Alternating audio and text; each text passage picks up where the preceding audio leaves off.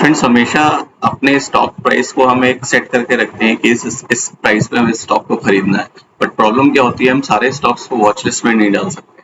तो उसके लिए एक फीचर होता है अलर्ट फीचर के, जैसे वो स्टॉक उस प्राइस पे पहुंचेगा, आपको उस पर एक अलर्ट मिल जाएगा। अपने डीमैट अकाउंट के थ्रू आप इसके थ्रू भी करते हैं। तो मैं आपको जीरोधा का एक फीचर दिखाऊंगा जिसमें आप अलर्ट सेट कर सकते हैं। तो जैसे कि यहाँ पे देख सकते हैं, फॉर एग्जांपल आपने कोई स्टॉक सेलेक्ट किया, मैंने एक रूट मोबाइल स्टॉक सेलेक्ट किया, अपने वॉच लिस्ट पे डाला, उस पर मैं राइट क्लिक करूंगा और क्रिएट अलर्ट का एक ऑप्शन आएगा। मैं इस अलर्ट को डाल देता हूँ, नाम देता हूँ बाय रूट।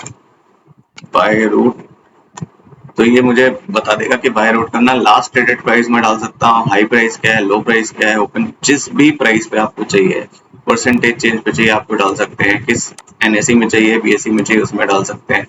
आपको यहाँ पे सेटिंग में डालना है कंडीशन की, ग्रेटर देन चाहिए, लेस देन चाहिए, इक्वल चाहिए, इक्वल टू क्या चाहिए, और उसके बाद आपको वैल्यू सेट करनी है। तो मैंने यहाँ पे डाला है by route, last traded price का अगर 1400 आता है तो ये अलर्ट क्रिएट कर दे। मैं यहाँ पे क्रिएट पे क्लिक करता हूँ तो ये अलर्ट कर देगा। ये मैंने ऑलरेडी इस पे अलर्ट डाल रखा था, दिखा रहा है रूल कंडीशन ऑलरेडी मेड। तो जैसे ही ये रूल ट्रिगर होगा, आपको यहाँ पे एक पॉपअप दिख जाएगा। ये देख सकते हैं एक पॉपअप है, बाय रूट ट्रिगर्ड है 1137 इस पे दिखा रहा है, और ऑलरेडी रूट का प्राइस जो है 1400 रुपए चल रहा है।